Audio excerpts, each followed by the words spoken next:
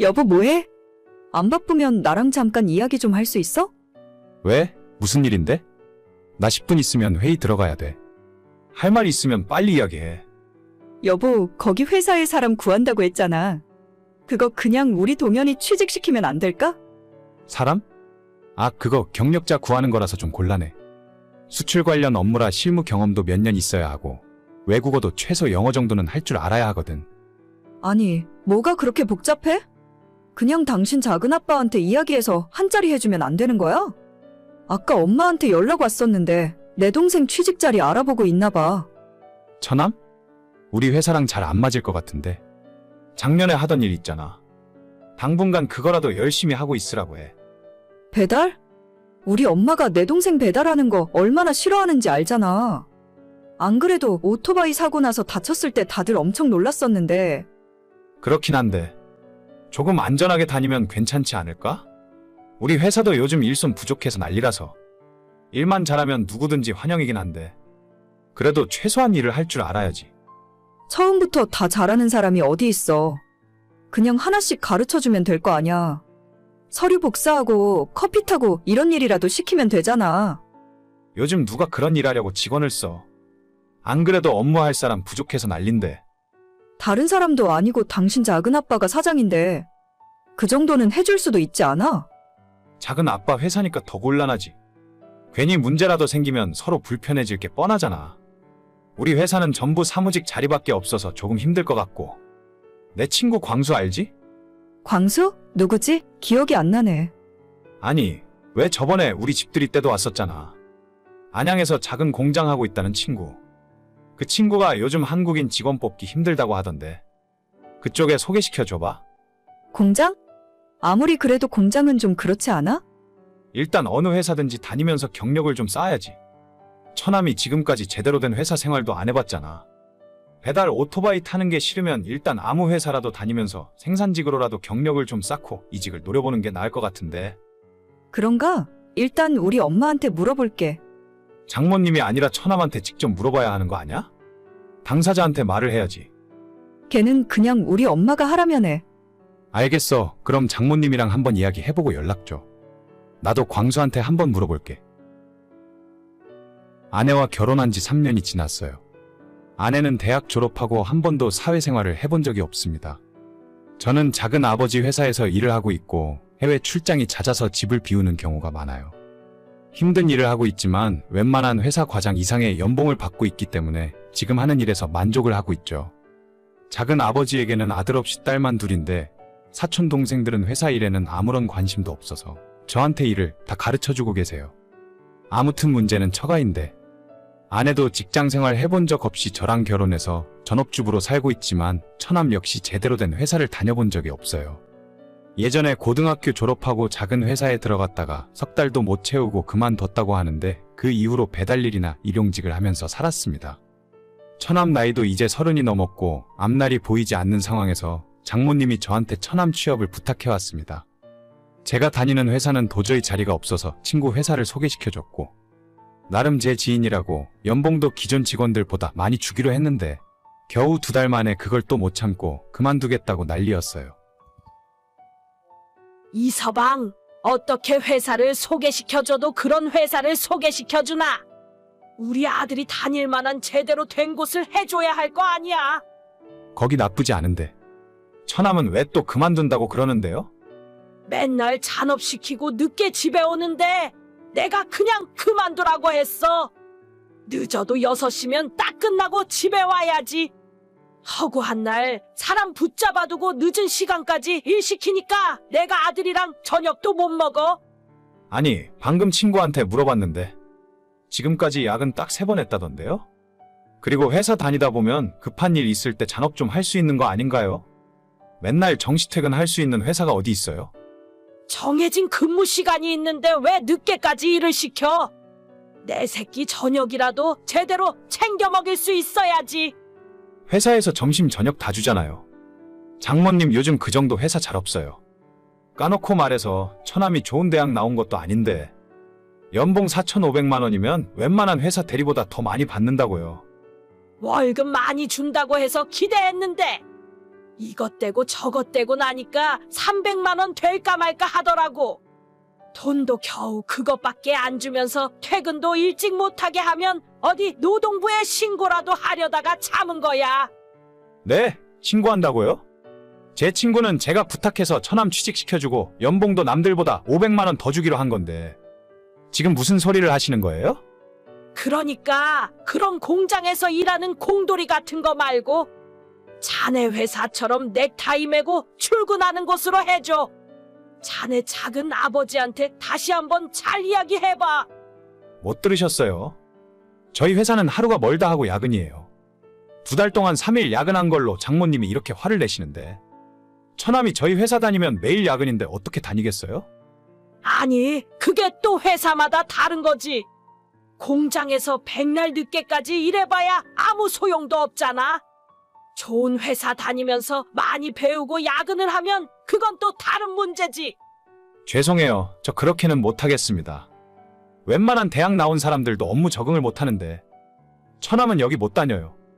시키면 다 똑같이 하는 거지 뭐가 문제야? 남들이 보면 엄청 대단한 대기업 다니는 줄 알겠네. 유세 떨기는. 저는 더 이상 할 말 없습니다. 다음에 찾아뵐게요. 장모님의 무례한 부탁을 거절하고 제 친구에게 전화해서 무례함을 사과했어요. 괜히 저희 집안 식구를 취직시켜줬다가 회사 분위기만 흐린 것 같더라고요. 회사에 늦게까지나마 일을 하고 있었는데 한참 뒤에 아내한테 연락이 오는 겁니다. 아니, 진짜 내 동생이랑 우리 엄마한테 왜 그래? 당신이 얼마나 대단한 회사 다닌다고 우리 식구 무시하는 거야? 무시를 하긴 내가 언제 무시를 했다고. 자꾸 안 되는 부탁을 하니까 그렇지. 그냥 좀 취직시켜주면 안 돼? 사무보조나 아무거나 시키면 될 거 아니야? 내 동생 넥타이 매고 출근하는 게 우리 엄마 소원인데 그런 것 하나 못 들어줘? 응, 안 돼. 여기가 내 회사면 뭐 어떻게든 자리를 만들어 볼 수도 있겠지만 우리 작은 아버지 회사잖아. 피해 끼칠 수는 없다고. 내 동생이 피해 끼치는 거야? 와, 진짜 오빠 말 심하게 하네. 평소에 우리 식구 얼마나 무시하면 이런 말이 자연스럽게 나와? 내가 언제 무시했어? 당신도 적당히 좀 해. 내가 뭘 어쨌다고. 완전 나쁜 사람 만드네. 당신, 우리 엄마가 당장 이혼하고 집에 들어오라고 하는 거 알고 있어? 불쌍해서 내가 참아주는 거야. 안 참아도 돼. 뭐라고? 안 참아도 된다고. 그냥 오늘 당장 짐 싸서 너네 집으로 가. 오히려 내가 이제는 못 참겠다. 뭘 잘했다고 큰 소리야? 진짜 웃긴다. 나 잘한 거 없어. 근데 너랑 장모님이랑 동시에 헛소리 하는 거 더는 못 들어주겠다. 그냥 여기서 끝내자. 진짜 나랑 이혼하려고? 진짜야? 여보, 나 짐 싼다. 진짜 간다.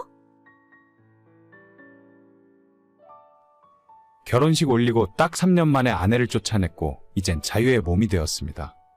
잔소리하는 사람들 인생에서 사라지니까 바로 마음의 평화가 찾아오네요. 다만 아내가 아직 이혼 서류에 도장을 안 찍고 잠수를 타고 있는데 어차피 다시 합칠 마음이 전혀 없기 때문에 결국 시간 문제라고 생각해요. 평생 일도 안 하고 백수로 살던 여자를 데려다가 한 달에 400만 원씩 생활비를 주고 있었더니 자기가 어떤 처지인지 전혀 감이 없는 것 같네요. 진짜 신혼집 구하는 거 너무 힘들다. 우리 부모님도 1억 이상 해주시긴 어렵대. 내 돈 5천만 원 정도 있으니까 나머지는 대출 받아야 할 것 같은데 어쩌지? 그래도 전세밖에 못 얻을 것 같아. 괜찮아. 우리 나이에 몇 억 가진 사람이 그리 흔하겠니? 오빠네 부모님도 노후 준비하셔야 하는데 1억이나 해주셨으면 할 만큼 하신 거야. 그래도 너희 집은 훨씬 잘 사는데 우리 집안이 상대적으로 형편이 안 좋으니까 괜히 너한테도 미안하고 나중에 너희 부모님이 신혼집 문제로 결혼 반대라도 하실까봐 걱정이 돼. 이미 우리 결혼은 다 허락하신 거고 더 이상 쓸데없는 걱정은 할 필요 없어. 신혼집이 꼭 아파트가 아니어도 상관없으니까. 전세 2년 사는 동안에 우리 둘이 열심히 돈 많이 모아서 그 다음에는 더 좋은 곳으로 이사 가자. 우리 부모님도 그런 식으로 재산 모으셨다고 하니까 우리도 할 수 있을 거야. 그때는 30년 전이고 그때랑 지금이랑 같아? 아무튼 다음 주부터는 우리 신혼집 알아보러 다녀야 해. 얼마짜리 집을 얻을지 확실하게 정해야 나도 은행에 대출이 얼마나 나올지 알아볼 수 있으니까. 알겠어. 최대한 대출 적게 받을 수 있게 작은 집 알아보자. 근데 집은 그렇다 치고 혼수 말인데 자기는 혼수를 어떻게 했으면 좋겠어? 혼수? 글쎄, 아직 구체적으로 생각해본 건 없는데 그래도 집을 3억 정도 얻는다고 치면 너희 부모님이 1억 이상은 해주려고 하시지 않을까? 자기 부모님은 돈 많은 부자니까. 1억? 글쎄, 우리 부모님 생각은 조금 다르던데. 어차피 지금은 우리가 집 사기도 힘든 상황이고 전세 끝나면 또 이사를 가야 하는데 비싼 고급 제품으로 맞출 필요가 있을까? 적당히 싼 거 대충 쓰다가 나중에 좋은 집 이사 갈 때 그때 제대로 맞추면 되는 거 아니야? 나는 그래도 너희 집이 부자니까 혼수를 제대로 해서 주실 줄 알았는데 역시 내가 사윗감으로 마음에 안 드시는 게 분명해. 그런 거 아니래도 우리 부모님들도 다 생각이 있으시겠지. 일단 집 구해놓고 나서 혼수에 대해 다시 말씀드려보자. 내가 회사 다니면서 모은 돈도 있으니까 만에 하나 정말 안 도와주신다고 하면 내 돈으로 혼수 맞추면 돼. 너무 걱정하지 마, 오빠. 일단 알겠어. 다음 주에 부동산부터 돌아다녀보자. 저는 얼마 전까지 3년 만난 남자친구와 결혼을 준비하고 있었어요. 같은 직장 다니고 있다가 연애를 시작했는데 이제는 제 나이가 32, 남자친구의 나이가 35이다 보니 더 미루지 못하고 내년쯤엔 결혼식을 올려야겠다 싶더라고요. 직장은 어디라고 말하긴 좀 그렇지만 연봉이 높지 않은 대신 안정적이고 대부분의 사람들이 정년까지 다닐 수 있는 곳입니다. 결혼하고 나서도 계속 둘이 맞벌이 하면서 저축하고 살다 보면 더 좋은 집으로 이사갈 수 있고 언젠가는 내 집 마련도 할 수 있을 것 같았거든요. 남자친구의 집안은 그냥 평범한 분들이고 두 분 모두 열심히 사셨기 때문에 노후 걱정은 크게 하지 않아도 될 정도였어요. 저희 결혼할 때 부모님이 도움을 안 주셔도 저는 괜찮았는데 남자친구 입장과 그쪽 부모님들 입장에서는 그게 아니었나 보죠. 집은 정말 그 정도면 괜찮을 것 같아. 오늘 본 걸로 결정하자. 그래도 너무 작지 않아? 안 그래도 아파트 못 가서 미안한데 기왕이면 빌라로 얻더라도 방 3개 있는 신축 빌라로 하지. 요즘 뉴스 못 봤어? 신축 빌라 전세 얻었다가 사기당하는 사람이 얼마나 많은데. 조금 낡았어도 오늘 본 곳이 지하철역에서도 가깝고 골목에 편의점도 있고 밝아서 위험하지도 않은 것 같아. 무엇보다 우리가 대출 안 받고도 충분히 전세 얻을 수 있잖아. 어차피 우리 부모님이 1억을 해주기로 하셨으니까 대출 받아서 더 좋은 곳으로 가지. 어째 나는 좀 기분이 그렇다. 너랑 결혼하는데 신혼집도 변변찮은 걸로 준비해서 가면 너희 부모님이 나랑 우리 집안을 더 안 좋게 생각하시는 거 아닌가 해서. 아니 자기야, 신혼집이 1억 5천이면 충분하지. 거기서 뭘 더 바래? 대출 1, 2억 더 받아서 아파트에서 살면 뭐 할 건데? 한 달에 대출이자만 얼마씩 갚아야 하는지 계산해봤어? 그냥 내 말대로 해. 집이 좀 낡은 건 이해하는데 그래도 이 정도면 사는데 불편함은 없어. 우리 아빠도 괜히 허세 부리지 말고 능력껏 하라고 말씀하셨단 말이야. 너희 부모님이 말씀을 그렇게 하셨어도 정작 우리 결혼하고 신혼집에 와서 직접 두 눈으로 보시면 그런 말씀 못 하실 거야. 지금이라도 대출 받아서 아파트로 가자. 그래야 나도 떳떳하고 우리 부모님도 면목이 설 것 같아. 아니 진짜 내가 좋다는데 대체 뭐가 문제야? 대출 없이 마음 편하게 돈 모으고 사는 게 훨씬 낫지. 돈 잘 벌어? 오빠 나랑 월급 똑같잖아. 겨우 그 정도 벌어서 대출 갚고 나면 얼마 남는데? 그러면 대출 말고 너희 부모님한테 좀 빌려볼 수는 없나? 너네 집 부자니까 그 정도 돈은 빌려주실 수 있잖아. 내가 안 갚겠다는 것도 아니고 우리 부모님도 1억이나 장만하셨는데 훨씬 잘 사는 너네 부모님도 1억 정도는 해주실 수 있는 거 아냐? 내가 몇 번이나 이야기했잖아. 그런 생각이면 그냥 오빠 부모님한테 지원받는 1억도 받지 말라고. 우리 엄마 아빠도 다 생각이 있고 1억이 돈이 우스워? 작년에 엄마가 상가 분양받은 것 때문에 지금은 안 된다니까? 아 진짜. 일단 우리 부모님이랑 이야기 좀 더 해볼게. 너도 생각 좀 정리하고 있어봐. 결혼 준비하면서 신혼집 문제 때문에 남자친구와 말다툼이 자꾸만 생기더라고요. 저는 정말 우리가 나이도 젊고 신혼 때는 2년 정도 없이 살아도 된다 생각하고 있어요. 무리해서 대출받고 여기저기 돈 빌려서 아파트 들어가서 살아봤자 그게 다 허세고 갚아야 할 빚이었으니까요. 애초에 처음 결혼 이야기 나왔을 때 남자친구에게 5천만 원이 있다고 했고 저는 그것보다는 조금 더 모아놓은 돈이 있었기 때문에 1억 정도의 예산을 맞춰서 집을 구하고 남은 돈으로 살림살이 싸게 맞춰서 시작할 생각이었어요. 하지만 남자친구가 먼저 자기 부모님을 졸라서 결혼자금 1억을 지원받기로 하더니 그 뒤로 점점 저한테 눈치 아닌 눈치를 주더라고요. 저희 엄마가 작년에 상가를 새로 분양받은 것은 사실입니다. 거기에 목돈이 묶여있는 것도 맞지만 그래도 부모님이 제가 원하면 1억 정도는 결혼자금으로 내어주실 수 있는 분들이세요. 하지만 저희 부모님도 다른 계획이 있는 상황이고 어차피 시댁에서 지원받은 1억도 언젠가는 살면서 갚아나가야 할 마음의 빚이라고 생각하니까요. 결국 집 문제로 갈등이 점점 심해지다가 크게 싸우고 말았습니다. 우리 부모님도 그냥 대출받아서 아파트 전세 얻으래. 2억 정도 대출받으면 충분할 것 같은데 뭐하러 빌라 살면서 고생하냐던데?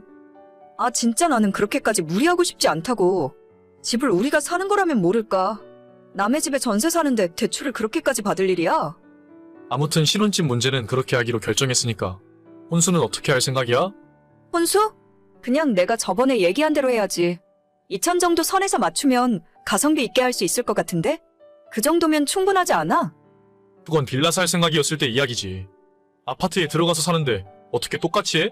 최소한 혼수로 5천 정도는 해야 한다고 생각하고. 솔직히 내가 1억 5천에 가는 거니까 너희 부모님이 차 한 대는 뽑아주셔야지. 뭐? 우리 부모님이 차를 왜 뽑아주는데? 그럼 딸 시집 보내는데 공짜로 보내려고 그래? 우리 집에서 이렇게 주면 너네도 5천만 원짜리 자동차 정도는 해주셔야 하는 거 아냐? 아니, 내가 언제 돈 받아오라고 강요한 적 있어? 처음부터 부모님들 도움 바라지 말고 우리끼리 알아서 하자고 했지? 왜 오빠 마음대로 결정해버리고 이제 와서 차를 해달라는 거야? 너는 결혼이 장난 같니? 너랑 나랑 소꿉장난 하는 게 아니잖아. 집안 대 집안으로 인연을 맺는 건데 너희 부모님만 아무것도 해주지 않겠다고 하시는 게 말이나 되는 소리야? 우리 부모님이 1억 현금 내어주셨으면 너네 부모님도 최소 5천만 원짜리 자동차 정도는 해주셔야 한다고 봐. 내가 무리한 요구를 하는 건 아니라고 생각해. 아, 이럴 거면 그냥 장사를 해. 본전 생각나고 돈 아까우면 뭐하러 나랑 결혼할 생각이야? 내가 언제 아파트 해달라고 했어? 그냥 조금 부족해도 우리 힘으로 하자고 했잖아. 우리 부모님도 그걸 원하신다고. 주제도 안 되는데 억지로 무리해서 좋은 아파트에서 사는 게 아니라. 주제도 안 된다고? 너 지금 나랑 우리 집안 무시하는 거야? 그게 아니라 말을 말자. 자꾸 이런 식이면 더 이상은 결혼 이야기 못할 것 같아. 처음부터 괜찮다고 몇 번이나 얘기했는데 왜 이렇게 자격지심이 심해? 그럼 없던 일로 해. 너네 집 솔직히 개뿔도 없는 거 아냐? 어떻게 외동딸이 시집 간다고 하는데 한 푼도 안 해주실 수가 있어? 너가 친자식이 아니거나 아니면 너희 부모가 겉만 번들으라고 알고 보니 개털이었거나 둘 중 하나라고 생각해. 이게 말이면 단줄 하나. 우리 힘으로 하는 모습 보여드리자고 했지? 내 말대로 딱 2년만 그렇게 살았으면 그 뒤로는 우리 아빠가 집부터 시작해서 사는데 불편함 없이 다 해주신다고 하셨는데 엄마 아빠가 당신 봤을 때 사람이 어떤지 모르니까 일단 신혼 때는 같이 고생해봐야 한다고 말씀하셨을 때 무슨 소리인가 싶었는데 그 말을 이제야 알겠다. 그냥 결혼은 없던 일로 해. 나도 더 이상은 하고 싶지 않아졌어. 아니, 나는 너희 부모님한테 더 잘 보이고 싶어서 그랬다니까? 자동차 이야기는 그냥 답답해서 해본 소리지. 너희 부모님이 그런 생각 갖고 계신 줄 몰랐었어. 됐어. 끝이니까 연락하지 마. 회사에서 마주쳐도 아는 척하지 말고. 남자친구와 결혼하고 싶다고 처음 부모님에게 말씀드렸을 때 반대를 하진 않으셨어요. 다만 그 사람이 어떤 사람인지 제대로 알기 위해서는 같이 고생을 해봐야 진정한 모습을 알 수 있다고 하셨거든요. 그래서 결혼할 때도 우리 부모님은 아무런 도움을 주지 않기로 하셨어요.